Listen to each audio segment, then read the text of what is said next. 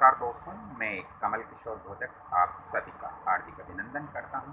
आप लोगों का बहुत बहुत स्वागत करता हूं। दोस्तों, मनुष्य के जीवन के अंदर यदि विनम्रता नहीं है, यदि स्वयं नहीं है, यदि मनुष्य झुकना नहीं जानता, तो फिर मनुष्य जीवन में बहुत परेशानी में आता है।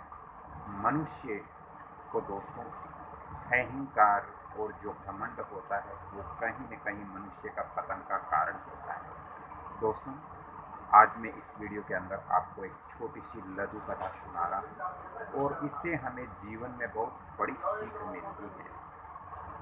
दोस्तों, जीवन के अंदर बहुत बड़ी सीख प्राप्त करने के लिए हमें कुछ संत पुरुषों का साथ होना बहुत जरूरी है। जब तक हम संत पुरुषों का साथ नहीं करेंगे, हम अपने जीवन में वो चीज़ें ग्रहण नहीं कर पाएंगे जो हमारे जीवन को सफल बना सके। दोस्तों,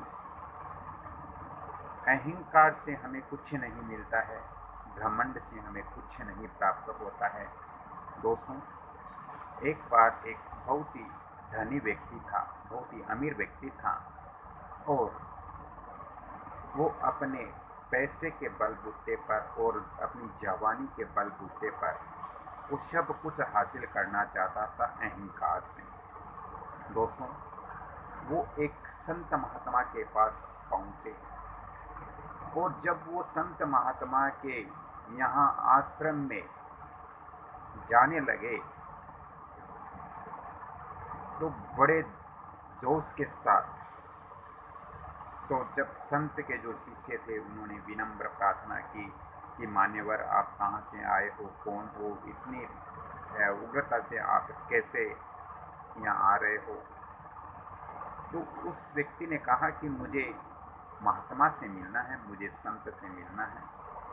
तो शिष्य थे, उन्होंने कहा कि गुरुजी अभी ध्यान के अंदर बैठे हैं, अभी पूजा पाठ कर रहे हैं, कुछ देर पश्चात आप मिल सकते हो। दोस्तों, उस व्यक्ति ने कहा मुझे तो अभी मिलना है, मेरे पास समय नहीं है, मुझे अभी गुरुजी से मिलना है। तो एक शिष्य गुरुजी के पास गया और कुटिया के अंदर जाके बोला, गुरुजी ऐसी ऐसी बात हो गई। गुरुजी ने बोला कोई बात नहीं, धीरज धरो, मैं देखूँ। गुरुजी स्वयं कुटिया से बाहर आए, उस व्यक्ति से मिले। वो व्यक्ति बोला, गुरुजी मुझे आपसे कुछ चीज़ें पूछनी है, कुछ सवाल पूछने हैं। तो गुरुजी ने कहा पहले तुम अपने हाथ की हस्तरेखा मुझे दिखाओ। तो जैसे ही व्यक्ति ने हाथ आगे किया, गुरुजी ने उसकी हस्तरेखा देखी। देख के तुरंत गुरुजी बोले कि अब तुम्हारे मृत्यु का टाइम आ गया, तुम्हारे मृत्यु होने में सिर्फ 7 दिन बाकी रहा।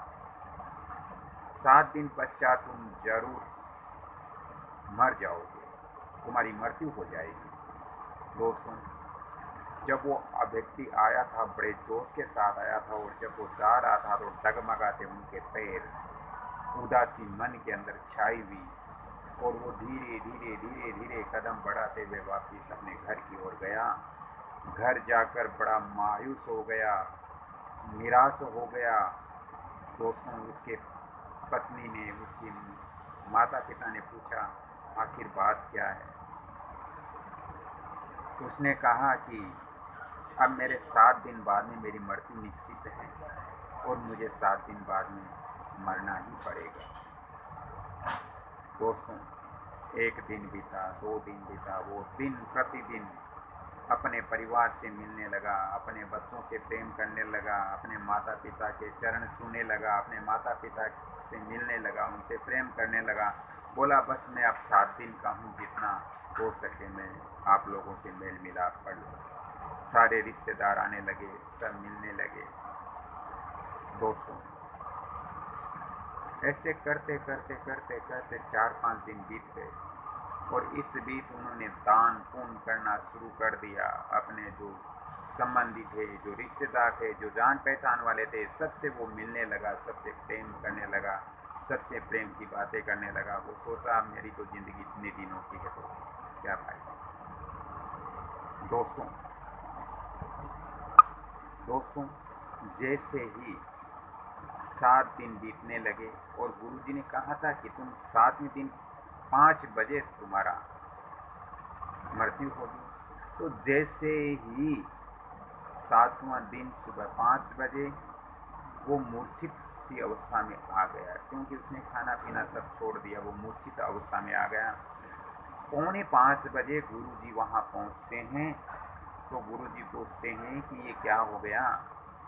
तो जो रिश्तेदार थे, जो माता पिता थे, जो पत्नी थी उसकी, तो उसने कहा ऐसी ऐसी बात है, अब इनकी मृत्यु निश्चित है, अब तो ये मरने वाले हैं 5-10 मिनट के अंदर। तो गुरुजी ने अपने जो कमंडल से जल निकाला और जल निकाल करके और उस छींटे को उस व्यक्ति के ऊपर डाला। तो जैसे ही उस व्यक्ति के ऊपर छींटे से डाला, व्यक्ति तुरंत खड़ा होकर बैठ गया। बैठने के पश्चात वो गुरुजी को हाथ जोड़ करके बोला, गुरुजी अब 5 मिनट बचे हैं। गुरुजी ने कहा तेरी हाथ की पुण्य एक बार मेरे को दिखा।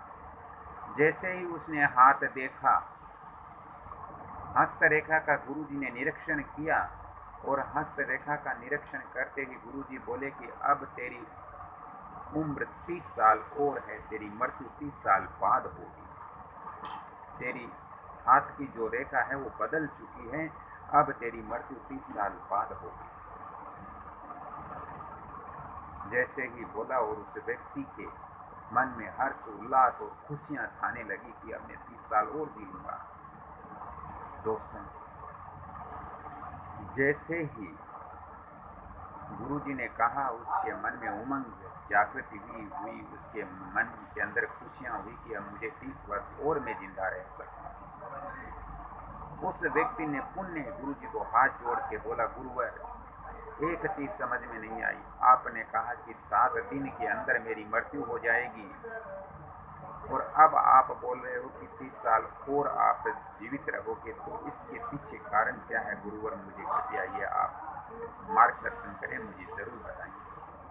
तो गुरुजी ने कहा कि तेरी मृत्यु तो 7वें दिन निश्चित थी, लेकिन तूने इन 7 दिनों के अंदर बहुत अच्छे कार्य किए, दान किए, पुण्य किए, सभी से प्रेम किया, सभी से मेल मिलाप किया और तूने किसी ज़रूरतमंद का सहयोग किया। तो ये 7 दिन के अंदर जो किया हुआ कार्य है, उससे तेरी 30 साल की आयु है वो वृद्धि हो गई, तेरे 30 साल की उम्र बढ़ गई। दोस्तों उस व्यक्ति ने सोचा कि जब सत्कर्म करने से, जब दान पुण्य करने से, जब ज़रूरतमंद का सहयोग करने से यदि हमारी उम्र बढ़ती है, तो फिर ऐसा ही कार्य हमें जीवन भर करना चाहिए, ताकि हम इस मृत्यु लोक में और उसके पश्चात जब जाएं, ऊपर जाएं, ईश्वर के पास जाएं, तो भी हमें वहाँ भी सुकून मिले। दोस्तों एक चीज़ नोट हमें करनी चाहिए कि यहाँ जो रुपए चलते हैं वो वहाँ ईश्वर के पास नहीं चलते। जो यहाँ की बैंकें हैं वहाँ ऐसी बैंकें नहीं हैं, वहाँ करेंसी दूसरी है, वहाँ पर बैंकें दूसरी है, वहाँ पर सारा मैनेजमेंट दूसरा है, सारा मैनेजमेंट अलग है। यहाँ का मैनेजमेंट वहाँ बिल्कुल नहीं चलता। हाँ चलता है तो आपके किए हुए सत्कर्म जो है वो उस बैंक में जमा हो जाते हैं, और जो सत्कर्म उस बैंक में जमा हो जाते हैं तो वहाँ से आप पैसे निकाल सकते हो। वो जो सत्कर्म किए हुए, वो जो अच्छे कर्म किए हुए, किसी का सहयोग किया हुआ, ईश्वर का ध्यान किया हुआ, वो सारे पैसे हैं वो आपको उस बैंक में मिल जाएंगे। जब आपको आवश्यकता होगी तब आप वहाँ से निकाल सकते हो। लेकिन ये जो नोट हैं, जो मोह माया का जाल है, ये नोट वहाँ बिल्कुल नहीं चलते। तो दोस्तों इस कहानी से हमें ये शिक्षा मिलती है कि किसी भी ज्ञानी पुरुष या संत पुरुष के पास हम जाते हैं तो वहाँ घमंड से नहीं जाना चाहिए, वहाँ विनम्रता से जाना चाहिए। वहाँ पर हमें स्वयं रखते हुए वहाँ जाना चाहिए, और कभी भी अहंकार की भावना से नहीं जाना चाहिए। वहाँ पर हमें झुक कर रहना चाहिए, तभी हम किसी संत से या किसी गुरुवर से हम ऐसी जीवन की महत्वपूर्ण शिक्षाएं प्राप्त कर सकते हैं। दोस्तों मैं इस चैनल पर वास्तु और ज्योतिष की हर समय जानकारियाँ देते आ रहा हूँ और इतनी रहस्यमय और बहुत महत्वपूर्ण और बिल्कुल आसान भाषा में, ताकि आपको समझ में आए। तो ऐसी चीज़ें मैं इस चैनल पर दे रहा हूँ, वंदना भोजक चैनल पर दे रहा हूँ, कमल किशोर भोजक चैनल पर दे रहा हूँ, ताकि आप कोई भी व्यक्ति जब अपना मकान का निर्माण करे तो पूर्ण वास्तु अनुसार ही करें। दोस्तों, वास्तु शास्त्र का ज्ञान भी एक रहस्यमय ज्ञान है, क्योंकि जब तक हमारे घर के अंदर ये जो पंच तत्व हैं, जल, अग्नि, वायु, पृथ्वी, आकाश, ये पंच तत्वों का जो समागम है वो हमारे घर में जब तक सुव्यवस्थित नहीं होते तब तक हमारा घर सुखी नहीं होता, और हमारा घर जब सुखी नहीं होता तो उस घर के अंदर हम जो सदस्य रहते हैं वो भी उस घर के अंदर सुखी नहीं हो सकते। तो दोस्तों, वास्तु शास्त्र का भी आपको पूर्ण ख्याल रखना चाहिए। मेरे चैनल पर आप वास्तु ज्योतिष की जानकारियाँ लेते हो, मुझे बहुत खुशी है।